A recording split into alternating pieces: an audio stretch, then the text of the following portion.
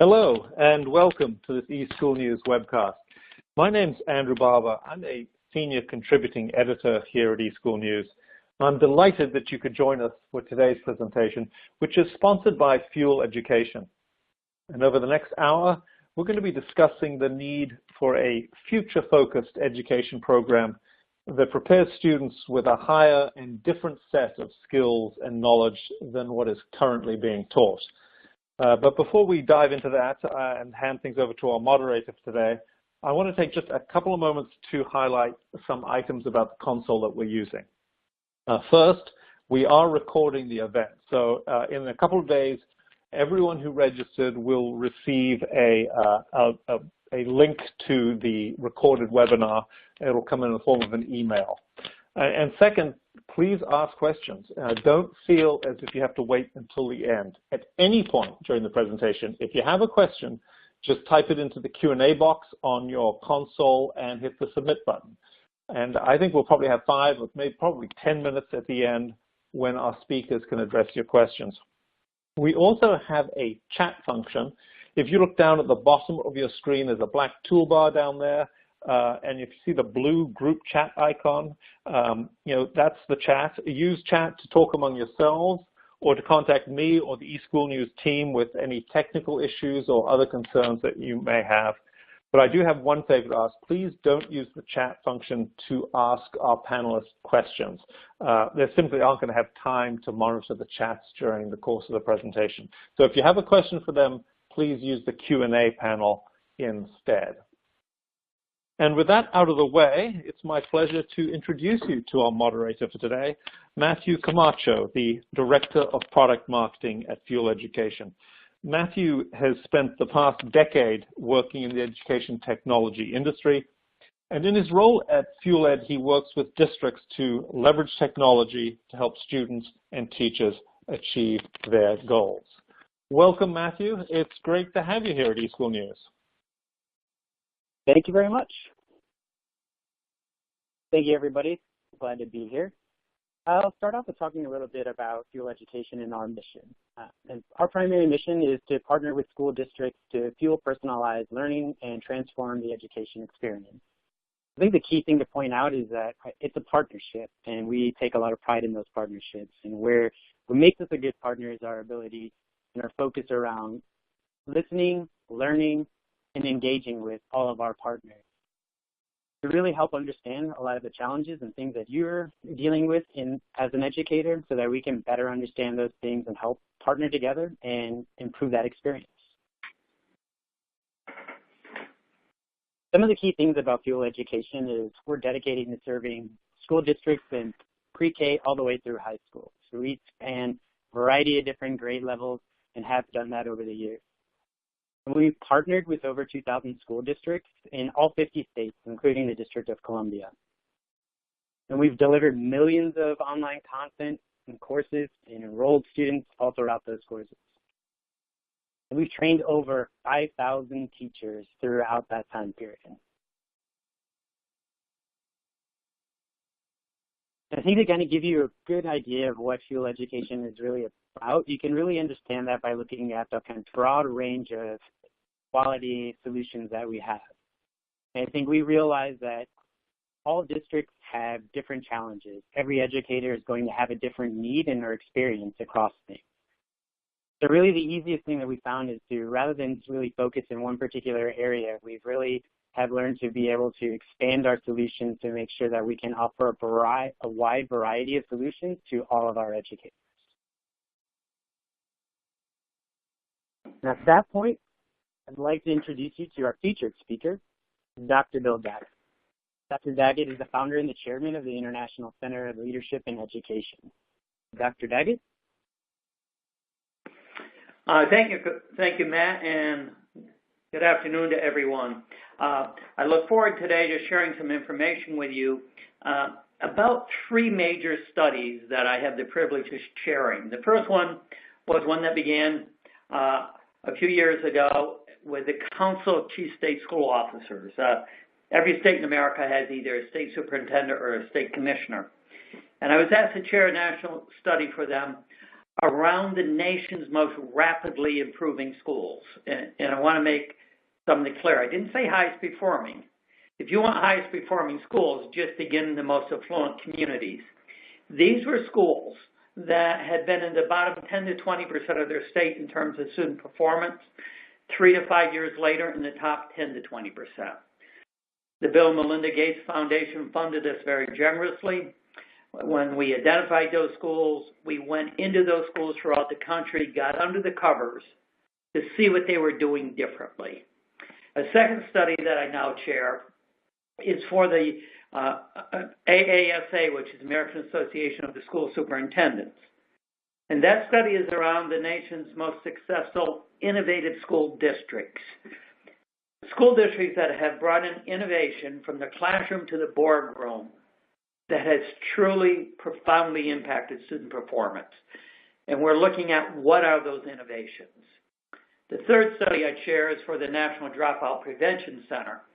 That center has ties to 11 research universities across the country.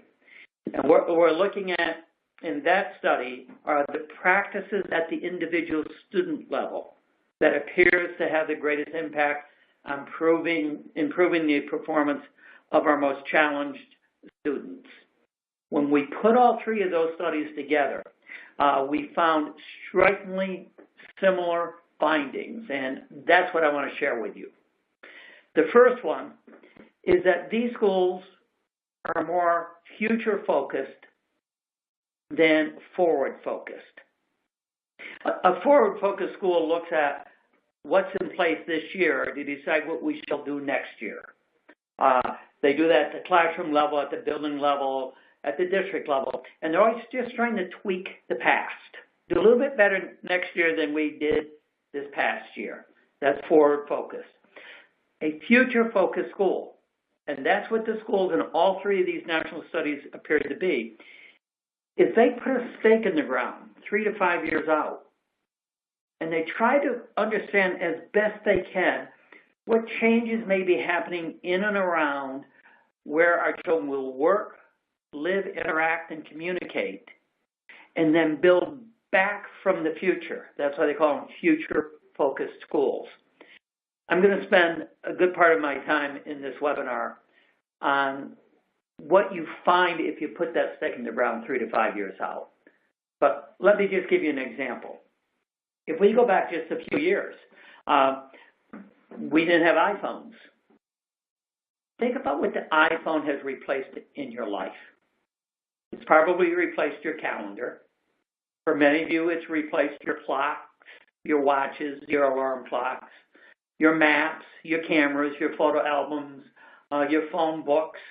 It's a place where you go now to get your news, check the weather, check stock results, check sport scores. That iPhone fundamentally changed how we interact. And today's students have never lived in a world without it. Has it changed your schools? Or do you say to kids, no, you can't use the iPhone when you take the test because you might cheat? You might cheat by either going online to find the answer or sharing the answer with others. In other words, you might either use resources or work with others. If you put a stake in the ground 3 to 5 years out, in fact, if you even look at today, the most important skills our students are going to need to become independent as adults are how to use resources and work with others. The vehicle or tool they're going to use today is the iPhone. I'm going to show you in a few minutes, however. It won't be the iPhone in the immediate future. It's going to be other technology. Yet our schools see that as cheating. They see it as cheating because we're trying to improve on the education and structure of our curriculum and classrooms that existed in the past because they're forward-focused tools. A second major shift we saw in these schools is that these schools spent more time focused on students than on content. For all the teachers that are on the webinar, think about all the professional development activities you've had over the last few years around the state standards and the state test. I spent several years of my life heading up one of the largest curriculum and testing programs in the country for the New York State Education Department. And I can tell you with certainty, the amount of change in the content of our curriculum from 20 years ago to today is far less than the amount of change we have seen in our students. Today's kids are an extension of their technology. Today's kids are coming to us with different backgrounds, expectations, and skills and challenges than ever before. These school districts said, yes, the content is important, yes, the test is important, and I don't want to be misquoted. Content and tests are essential. But these districts said what's even more important is that we really focus and help our classroom teachers develop tools and strategies to deal with this 21st century student and learner. That learner or student has changed more than the content has changed. The third major shift we then saw was that these schools focused on growth rather than proficiency. Let me give you an example of what I mean by that. If you're a fifth grade teacher, and let's say you have 25 students in the classroom, on the first day of school, some of those 25 kids weren't quite ready to do fifth grade work. 2 or 3 of them, with a little extra help, might have been able to do sixth grade work. In other words, they had great variations in terms of academic achievement. They also probably had great variations in terms of academic aptitude. Not only achievement, but aptitude. 25 kids, some of them probably have some mental health issues. Some of them may be living in a family environment where they're abused. Some may be living in a family environment where their parents are split up during the course of the year, having a difficult impact on the kids. Some of those kids will be out of school for a period of time because they're sick. But in our proficiency-driven system of most school districts, we expect that classroom teacher to get every student to the exact same place academically on one given hour as measured by one given test. You know what these rapidly improving schools told us? They told us they thought that was lunacy. Instead, they said, we understand the pressure of the test and the standards, and we will address them. But what we're really going to focus on is growth with our students. So they began to use things like the Lexile framework to measure growth in reading every few weeks with kids. Some of them used, if you know, the Quantel framework, which is a measurement to improve math skills. What they did was look at each individual student and try to develop month by month a plan for small, gradual, measurable growth. And as they did that, an interesting thing happened. Remember, we picked these schools because they had the most rapidly improving test scores. Maybe the most important statement of this entire webinar is they paid less attention to the test than the rest of us. They found by focusing on growth rather than this one-time proficiency for all kids on a given day, a given test, that when they focused on growth, proficiency took care of itself. I often say culture trumps strategy. These first 3 findings, future focus rather than forward focused, more focused on understanding how to deal with 21st century learners, these kids coming to us with different expectations and skills and challenges, and this focus on growth rather than proficiency, that is the culture we found in those schools. Before I go any further, I'm just going to pause for a moment to see and check in. Any questions anyone have yet?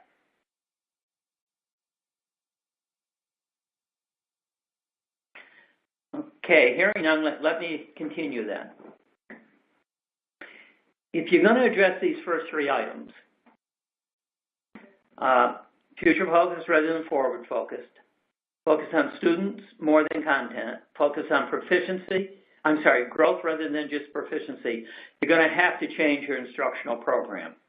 And at the end of the webinar, I'll come back to show you some of the ways they changed that instructional program But if you change your instructional practices in your schools, you're absolutely going to have to make an unparalleled commitment, an unprecedented commitment to professional learning for the teachers and the administrators. And the model they used was more executive coaching than simply come and sit and get in a one-day PD program. They did more executive coaching at the point of contact, in the classroom, in the building with the teacher and principal. With that, let's go to future focused. Why do we need to be future focused? Because we're going to remain on the cutting edge, any organization. We got to create a little tension between, what we're now doing and what we need to do to push the system forward. And if we begin to look at some changes, we're going to see several major changes because of bio-nanotechnology. And let me just give you some of them quickly. And by the way, at the end, I'll give you my email. And if anybody, I have a white paper I've written around this. I'll be glad to share it with people. Also, I'll share with you if you want my PowerPoints. But the first one is voice translation. It started out at MIT, Massachusetts Institute of Technology. They now have a piece of technology the size of an earbud that you simply put in your ear, and it will instantaneously translate language as fast as it's spoken into up to 34 different languages.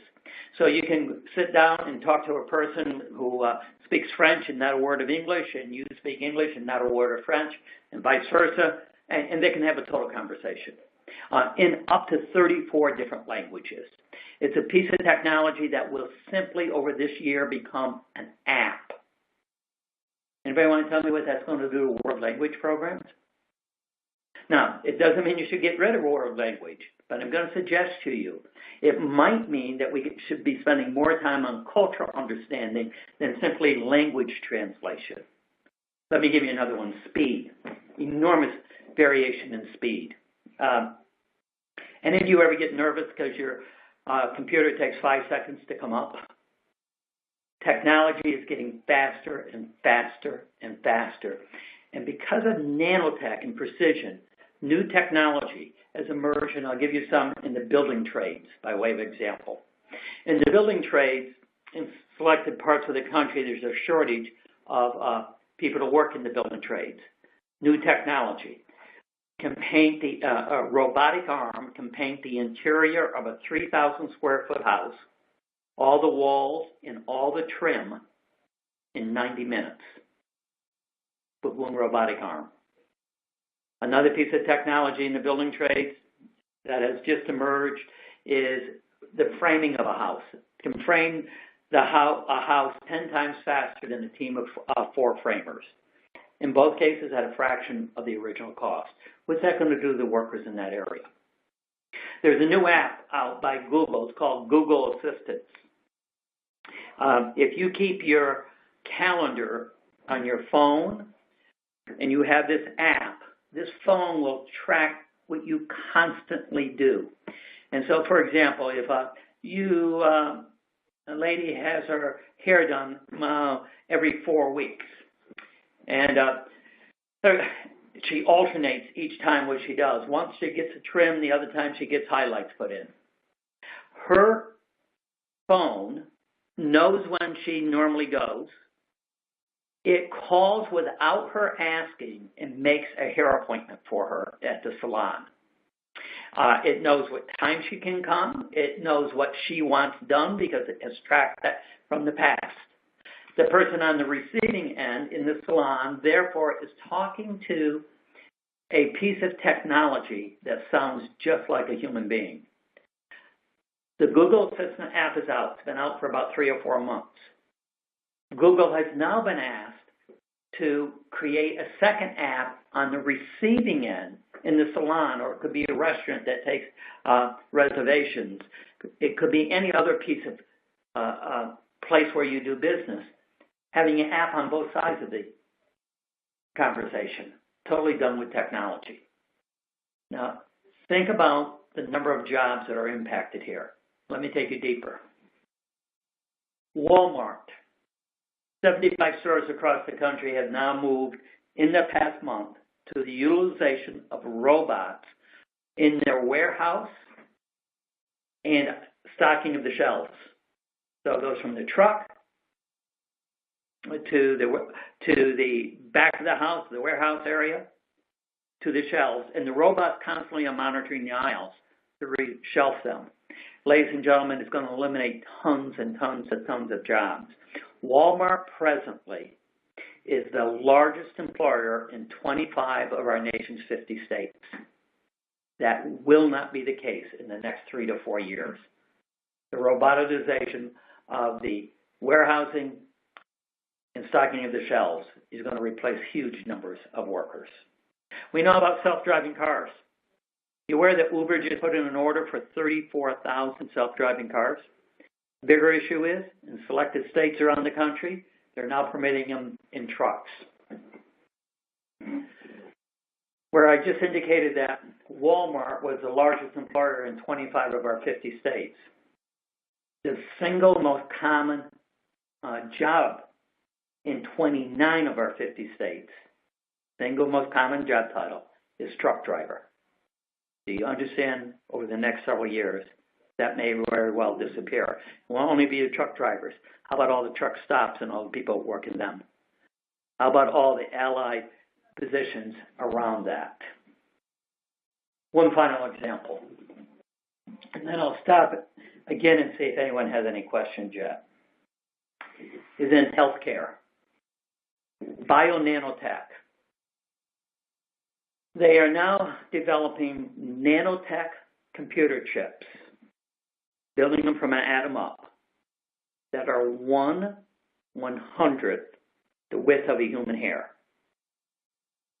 10 times stronger than steel, and the texture of jello.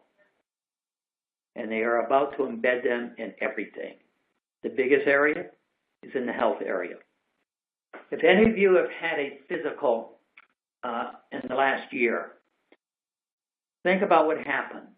Did your doctor spend more time peppering you with questions and looking at the computer to enter the data than physically examining you?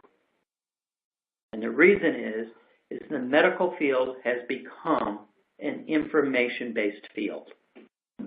In the past, when you went to a doctor, the doctor took all the knowledge she or he had, looked at your symptoms, and tried to determine, based upon the information she or he had on you, their personal knowledge, what might or might not be wrong with you and what pharmaceutical might or might not be appropriate for you. But the source of the knowledge was that one person. What happened in the medical field over the last 2 or 3 years is all that data that doctor is peppering you with is going into a computer. I have a daughter and a son-in-law who head up a medical records company. They have medical records of millions of students in their database. And so what are patients in their database. So what happens is when the doctor is asking you questions and has your medical profile in their computer, what is analyzing what might or might not be wrong with you and what pharmaceutical might or might not be right for you, what treatment might or might not be right for you, is no longer based upon the knowledge of that one doctor. It's based upon the knowledge of thousands of doctors, based upon interactions with millions of patients. That's what happened in the medical field. What is now about to happen is with nanobiotech. A shot into your circulatory system will be an option. They've done it in animals, are now in human trials. None of you will have to do it. I suggest almost all of you will do it over the next 2, 3, 4 years. A shot, and in it will be microprocessor chips, all programmed to do different things. It will be a new form of vaccine, a new form of vaccination. The bio-nanotech chip will go through your circulatory system, and some of them will be designed to measure as it goes through your circulatory system, if you have any plaque that is building up in an artery or a vein. If you do, it will simply attach itself to it and slowly, gradually dissolve the plaque or the buildup. Others going through your circulatory system will identify if it passes a cell that is beginning to malform. Identify it, and like a laser missile, attack it and eliminate it.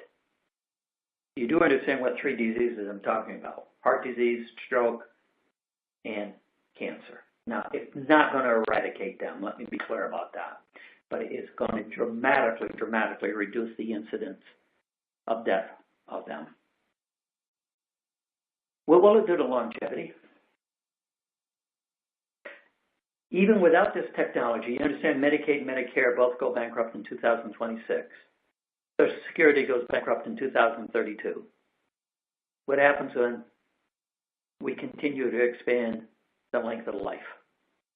I share these and other examples with you folks because they're going to have a profound impact on the changing labor market needs, on policies and funding, and hopefully on our instructional program.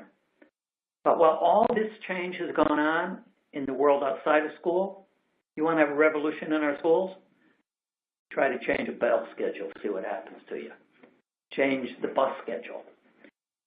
Our schools are so locked into the past that we are simply trying to do a better and better job of doing what we used to do, rather than taking that deeper look and building back from the future. Let me pause for a moment again to see if anyone has any questions that have come up.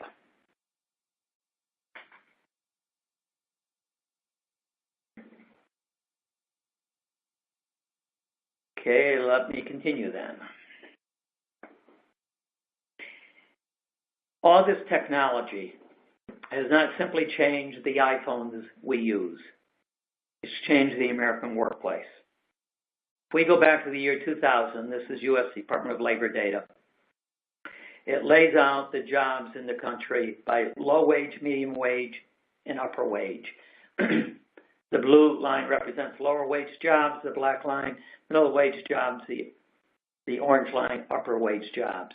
Look what happened between 2000 and 2018 this past year. See, a strange thing happened. Technology invaded the workplace, and when it invaded the workplace, it eliminated a lot of jobs. Think about how many people lost a job because of an ATM or a kiosk. Yet look, there are more lower wage jobs.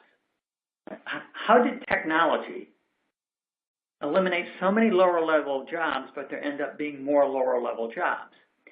It's because technology is creating more jobs at the top. And that group at the top, they eat out 2 or 3 times a week. They have more help with childcare. Somebody else is cleaning their houses, mowing their lawns. That group at the top is creating this service sector economy, but the problem is our service sector doesn't pay enough for an individual to be independent. And it also is causing a decrease in medium wage jobs. Look at this one. This is projected Department of Labor by the year 2030. Look what happens to middle wage jobs. By the way, the good news is the safest job in the middle is teacher. And the reason is all these other jobs, if you can write an algorithm for a job, the task within a job, then that job is gone. You can't write an algorithm for what teachers do. However, our public school setting was always designed to prepare people for the middle class. We have a missing middle in this country. And it is causing a polarization of the country unlike any we've seen in the past.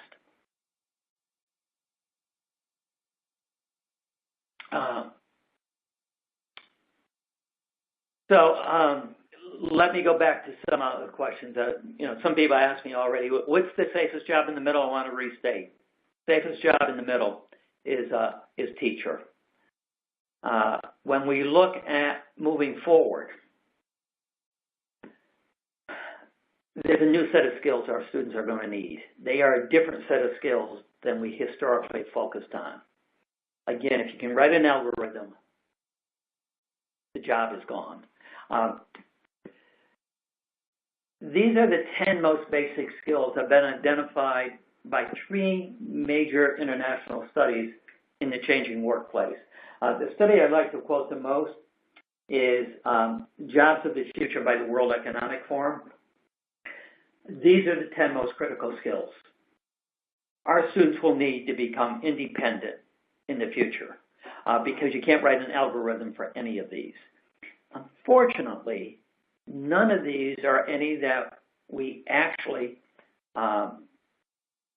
measure with state tests because they're not measurable with the state tests. Now, I want to underscore again, I'm not saying state tests are not important. They are. State tests are essential, but they're not adequate is my message. The McKinsey Group went across the country and surveyed the nation's largest employers. And they asked them to project the increase or decrease in importance of various types of skills between now and 2030. And when they did that, this is a result of the nation's 1,000 largest employers. They say there'll be a 15% decline in the importance of basic cognitive skills. Why? Because technology will consume a lot of those. Physical and manual skills, same thing, 14% decline. 8% increase in higher cognitive skills. But the next one is one we have to pay a lot of attention to. Every school district I go into, they tell me they have an increase in mental health problems with their kids. We like to refer to the term as social and emotional skills. They're lacking. But in this changing world, those skills are becoming more important. At the exact same time, our kids seem to be more fragile in that area. And then technological skills. And technological skills doesn't mean basic, I can find my way around a computer. These are more advanced technological skills. And if you look at this list, the 2 items on the left is where we're spending most of our time focused on. Basic cognitive skills we focused on in the academic program, the physical and manual skills in our career and tech ed programs. We are so forward focused that we are not preparing our kids for this changing world. Again, I say to remain on the cutting edge, successful organizations need to create some type of tension between what we're now doing and pushing what we should be doing. I'm going to go back to the previous slide for a second. Technological skills. Our kids are going to have to be almost daily lifelong learners moving forward. But the environment they're going to do that lifelong learning in and the systems and structures they're going to use are not the ones that we find in most schools. And I really support the efforts of now 5 different states in the country that have moved to require every child to have a online experience before they graduate from high school. Michigan, Florida, Virginia, Arkansas, Alabama. Every student absolutely needs online experiences. So they learn how to function in that online environment. And the problem is for us as educators, we never did that. It's hard for us.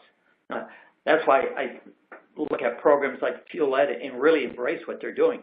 Folks, we've got to not only use it as a way to teach, we got to teach students how to become lifelong learners using that type of technology. I chair, as I said, this AASA Innovation Transformation Network, and that's what we find these schools are doing. Virtually all these schools in my 3 national studies, where we have the most rapidly improving schools, they've become deeply focused on online being central to what they do every day. With that, I hope it becomes apparent why I said earlier, students need to focus. We need to focus more on our students and the changing world they'll live in and the skills they bring to us more than simply our content. As we do that, we do have this mental health issue we've got to tend to. I say we have a mental health crisis. I'm going to give you some statistics. 1 out of 7 children, according to AMA, ages 2 to 8, have what they call a behavioral disorder. We could call it mental health. 1 in 7. In 1978, the average age of depression in this country was 29. It is now 14 and a half. 1 in 12 high school students in America last year cut themselves. 16% of high school students have thought seriously about suicide, according to a recent survey with AMA. 18% of college students have seriously considered suicide. We don't have a problem. We have a crisis. It's worse with our young ladies than it is with the boys. Look at the data. 65% increase in suicides for young women since 2010. 58% increase in severe depression. 12% sense of homelessness increase. I'd like to have you look at this chart for just a moment.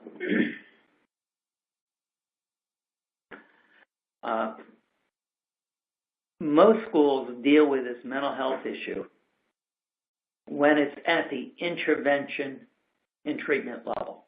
And what we do is pull the kids, and I understand why, out of our classrooms into other support services for them.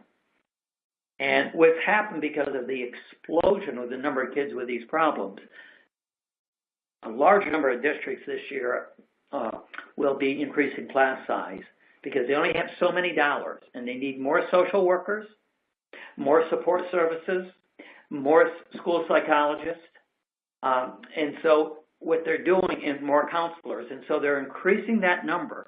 As they increase that number, they've got to eliminate positions somewhere else, so they're eliminating teaching positions, increasing class size, because we continue to look at the intervention and prevention level. In our 3 national studies, that's not what those school districts are doing.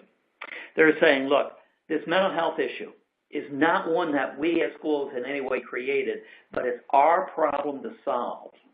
And therefore, they're saying we really got to focus at a developmental level, develop the skills and competencies to compensate for these challenges the kids are having, and then develop skills that are on the prevention side. And they're saying the 2 items on the left-hand side is we've got to do in every classroom. And by doing that, we will be able to reduce the amount of intervention and treatment. In effect, most schools spend their time and resources in and around behavioral health or mental health issues in a blue line that looks like this. Most of it is at the intervention treatment level. Nation's most rapidly improving schools, they're not. They're spending it on the left-hand side. The problem is our teachers never signed on to do that. Because what these schools have done is said the role of teacher is no longer, when it comes to mental health, simply a support role. It is a core responsibility. To do that, you're going to have massive retraining of teachers. You're going to have to recognize that to do that, you actually got to have a curriculum.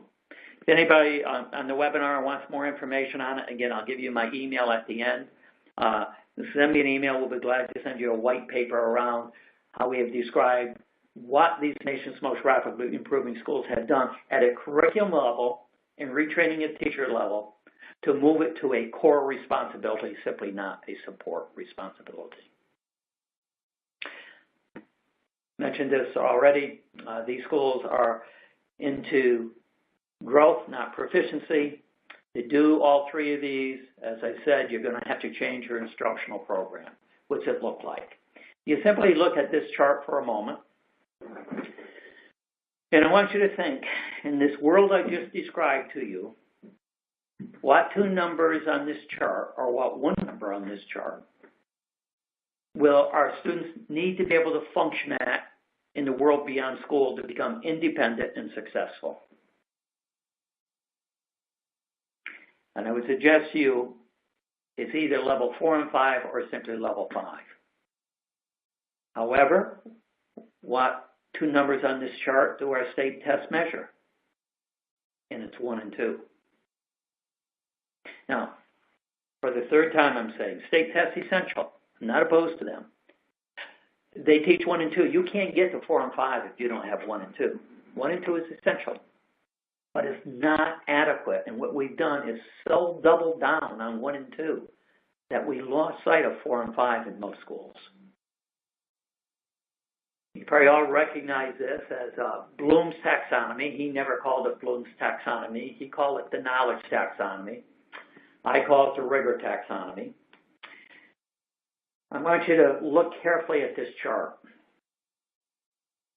If you put Bloom's taxonomy or academic rigor up the left-hand side,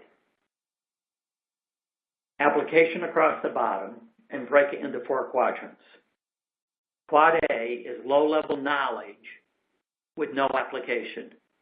It's what the state tests measure. Now, for the 5th time, I say, A, essential. I can't get to B, C, and D if I don't have A. State test, essential, but not adequate. College prep, it's C. College prep is higher than the basic state test. Career and tech ed, that's B. It's job ready. The problem is the technology is increasingly eliminating the B-based jobs. Career ready is D.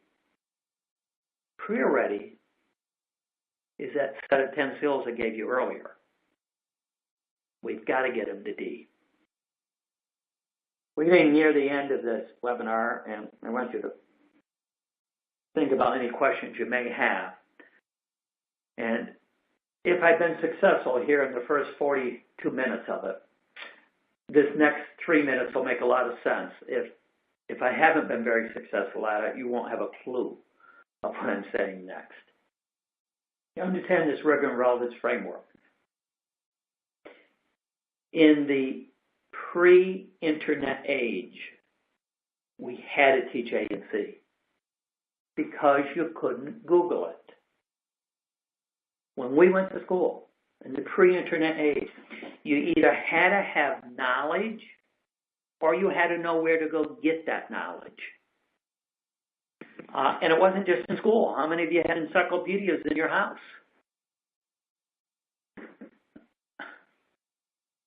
It was essential. But in the internet age, we can Google it. And so kids have to be able to do B and D, and increasingly D, because B is also being eliminated by the technology. But the ultimate challenge, the challenge that the schools in all 3 national studies that I've had the privilege to chair, what they've recognized is our challenge is we are regulated, certified, tenured, contracted, tested, and evaluated by A and C. And in fact, not the choice of schools imposed upon them, we doubled down on A and C. We doubled down on what we used to do rather than that stake in the ground and building back from the future. If you're going to try to get to D, you're going to change that instructional practice, it's why you need the professional learning. As you think about professional learning, the other model we found in these schools is they stopped the mandated professional learning for all teachers and all administrators. May surprise you. They concluded this, that you can break the staff into thirds. A third of the staff, every time they hear a presentation like this, get excited. This third likes every new idea. They are the lunatic fringe or half-crazy people. They're probably the ones that are giving up their time and energy to be on this webinar. Okay, you're the wackos, willing to try it. Another third say, maybe. Who's going to pay for them? Who will train us? Where are the instructional materials? They're not negative people, they're realists. But most schools then have another third that basically say, over my dead body, will you do anything to mess up my 2005 laminated lesson plan? In your PD days, professional development days, that bottom third, they don't gain anything. In fact, they may be getting in the way. And so the high-performance schools said, why don't we shift the model and go into more executive coaching and network the top 1/3 from schools across the country together and let them begin to feed off of each other and work with each other. That's the model that appears to be working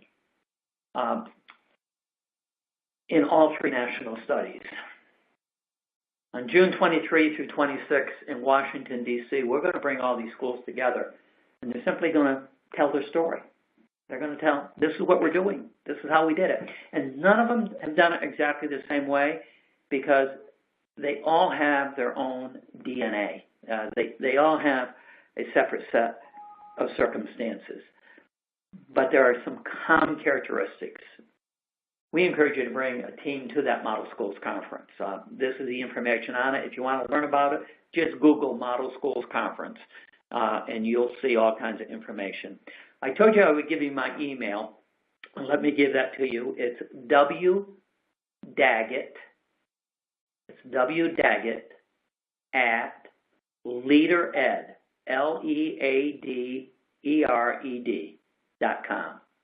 wdaggett at leadered.com.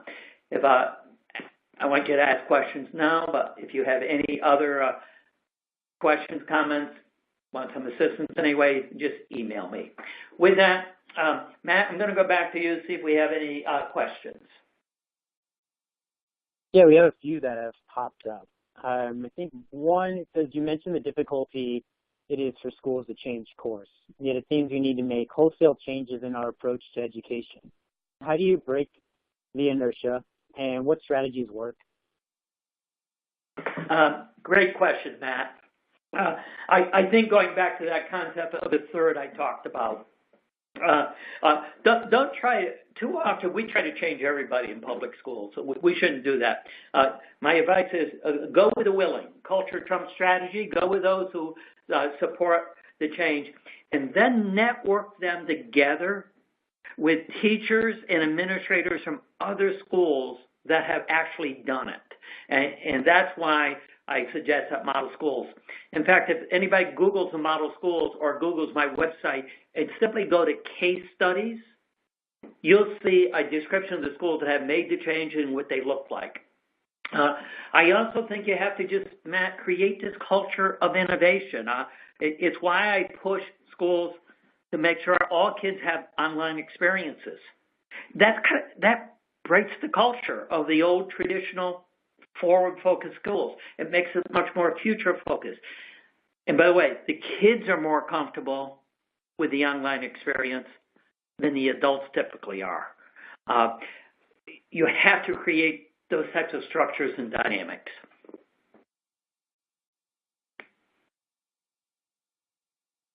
Another question, Matt?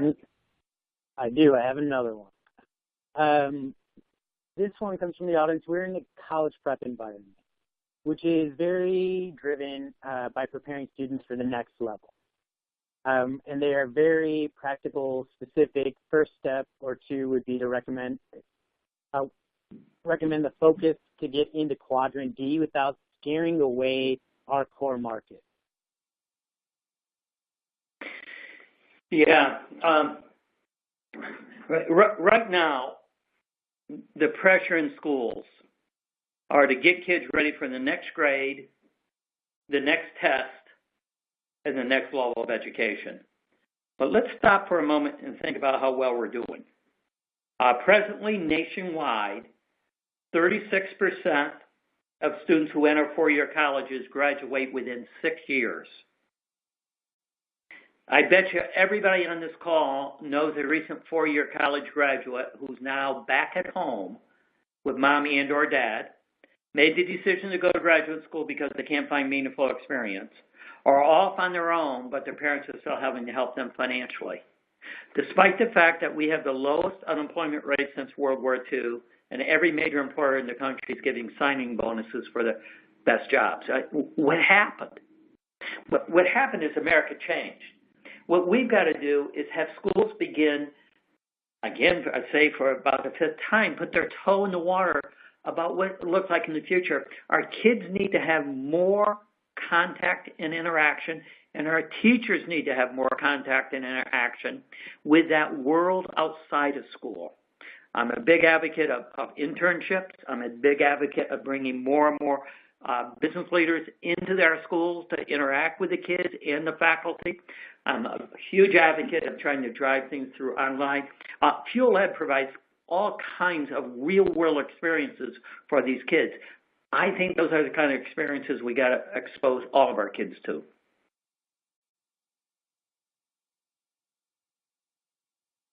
Thank you. Okay, another question for you. What are your thoughts on micro-certification and or boot camp approaches? They appear to be working to help individuals attain higher paying jobs, but are they enough? An example is kind of the Group D versus Group C. Yeah, I think they're a good part of the solution, and whoever asked the question, I think, really nailed it. They are working, but they're typically more short-term because they're typically more around jobs than careers, and that technology is changing so fast, you're going to have to constantly put people back into boot camps if that's all you do. I think it's a matter of balance.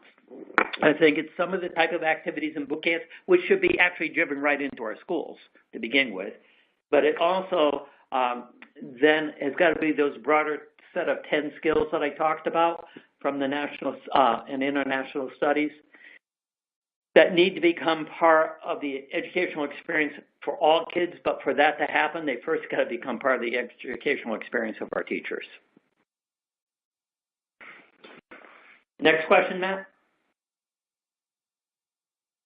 I think that's it, but I have one last question for you. I think kind of on that last slide. I think as I listen and hear you speak through all of this, it seems like we have a monumental amount of change that needs to take place here. I mean, do you really think we can actually do it? I do think we can do it, but change has to be evolutionary, not revolutionary. I do a lot of speaking around the country, and one of the things, and I use a lot of videos and real-life examples in the audiences, and one of the problems I have, it may sound strange, is I become too convincing sometimes to the audience, and therefore some of the leaders in the audience say, right on, I'm going to go do it right now. You can't do it right now. Revolutionists get killed. It's got to be evolutionary. You've got to put that stake in the ground 3 to 5 years out, and then come up with 20-day intervals. What am I going to do in the next 20 days? Begin to put it like a chain link together to get me to where I want to be in 3 to 5 years. Small incremental steps, well planned, is how we'll make the change. Those small incremental steps must begin with creating the culture, and it must begin then with the top 1/3 leading the way. The middle 1/3 will watch. It takes usually 1 to 2 years for that middle 1/3 to have seen enough success with the top 1/3 that they begin to join. And it takes 3 to 5 years to begin to nudge that bottom third. So yes, it can be done, but it's a 3 to 5 year process. And the proof we have of that are all the schools in the 3 national studies. All the schools are going to showcase at this Model Schools Conference. They have all done it. And so I just hope we can convince some of the people on the webinar today to begin their 3 to 5 year journey. And again, if I can help in any way, Matt, I left my email. People can just Google me to get it. If they didn't get it, be glad to answer other questions after the seminar. And Matt, let me say to you, I'm not with Fuel Ed, who helped sponsor this today, but I was honored when they asked me to do this because I think as an organization in education, they may be leading the way in terms of providing a structure and a system that is going to prepare kids much better for their future than our traditional instructional delivery system. So, Matt, thanks to everyone, and have a great day. Thank you. Greatly appreciate it. Finally, we'll kind of just share a few last resources before I hand it back over. Some additional resources and things that we can provide for you guys. Again, there's a transcript of this that will get sent out here over a couple of days. There's a variety of resources here that we'll be able to share with you. Any additional questions, Dr. Daggett has provided his email.